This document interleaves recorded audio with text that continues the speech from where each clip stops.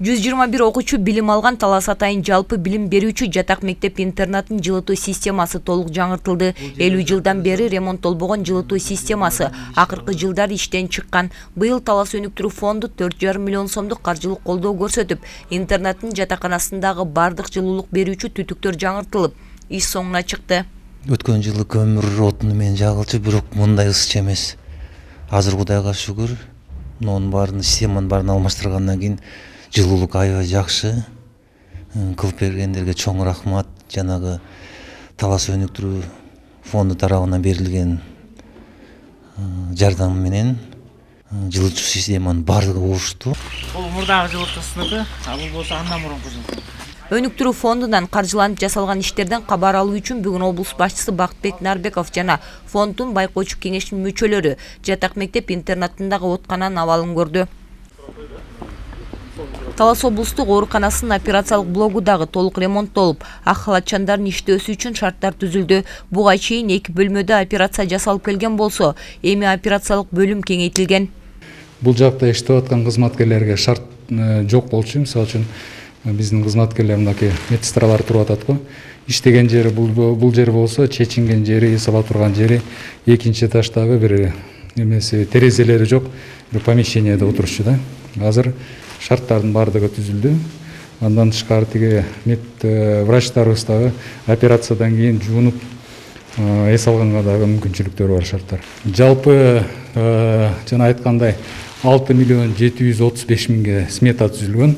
Тендердин жыйынтыгы менен 5 миллион 391 миң сомго ремонт жасалды. Мындан тышкары ооруканага 20 күн мурда 116 миң долларлык Атайын медициналык аппарат келген. Гранттын негизинде келген аппарат дарыгерлердин ишин кыйла жеңилдетти.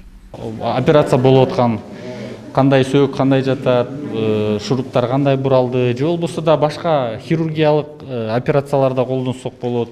Урологиялык операцияда колдонсок, мисалы хирургияда өттөн протокол таш туруп калганда, халедах так болот. Ошого контрастный вещество коюп, кайсы жеринде турат, кандай размердеги таш экенин билсек болот.